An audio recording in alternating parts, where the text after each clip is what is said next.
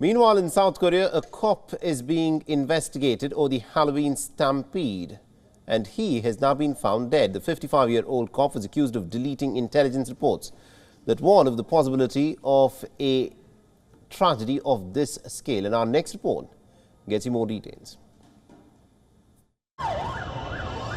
The story begins on the 29th of October. South Korea was celebrating Halloween.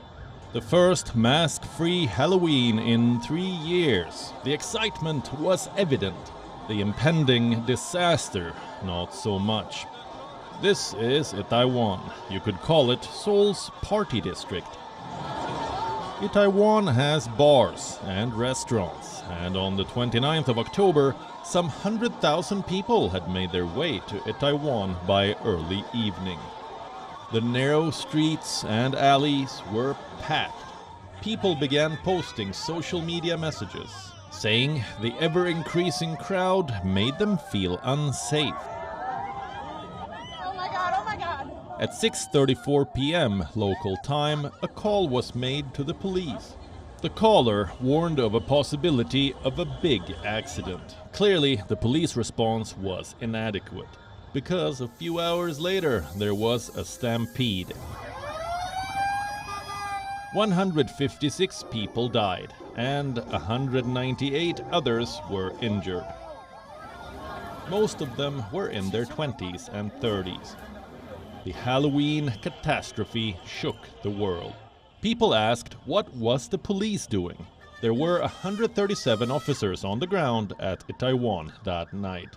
An officer called Jeong was in charge of intelligence at the police station covering Itaewon.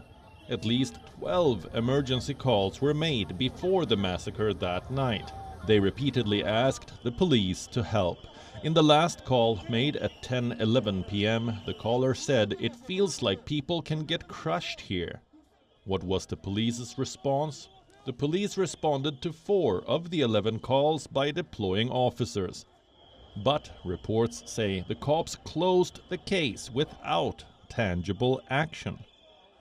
In the days following the stampede, the focus shifted to the response of Jeong and his team. The police was asked to explain why they took little action. Jeong was being investigated. He was accused of deleting intelligence reports warning of a serious accident. He was slammed by South Korean lawmakers. They demanded that those responsible for the removal of documents be arrested and punished. A South Korean news agency reported that charges against Jeong included abuse of authority, destruction of evidence, and professional negligence resulting in death. Earlier this week, the officer was suspended from duty. And earlier today, Jeong was found dead at his home. The officer was 55 years old. He was found dead by his family members. So far, there is no official word on the cause of his death. Bureau Report, WION, World is One. WION is now available in your country. Download the app now and get all the news on the move.